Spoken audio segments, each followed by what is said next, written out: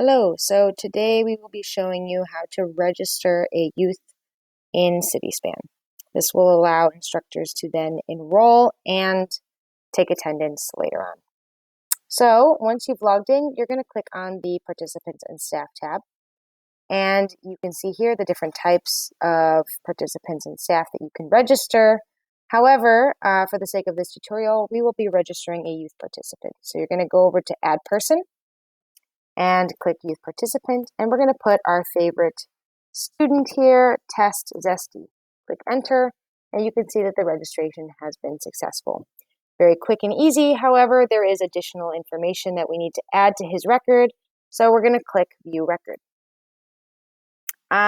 Here you see the registration form. This is something that you are going to be aligning your data input to the registration form that you've already disseminated at your school site.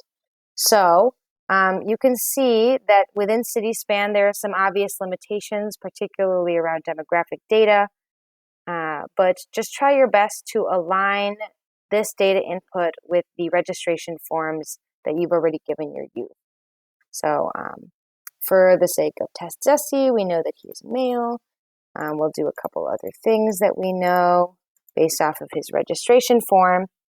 And I want to bring your attention to this bar. It says End of Required Fields. That's misleading because we actually do need the rest of the data here, particularly the birth date, whether or not they have an IEP, and their school ID. Basically err on the idea that more is better. So the more information you can provide early on, the less work it is for you come reporting time. All right, so the second section here is family information.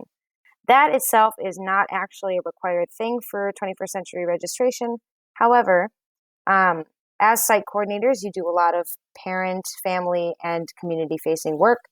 And so it's very, very helpful to tie your families to your youth right away when you're registering them. So for test, we will put Mom Zesty, because that's Test Zesty's mom, and we will enter the rest of the information, and then click Save.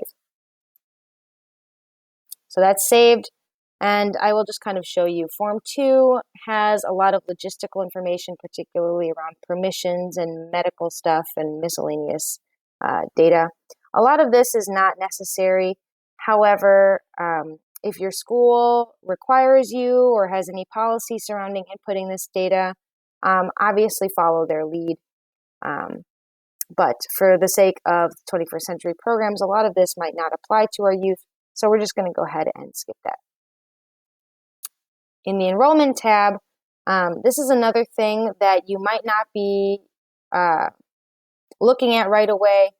A lot of the outreach that you and your instructors will be doing is all year long. And so when you're registering your students in Cityspan, they might not already know what activity they're going to be participating in.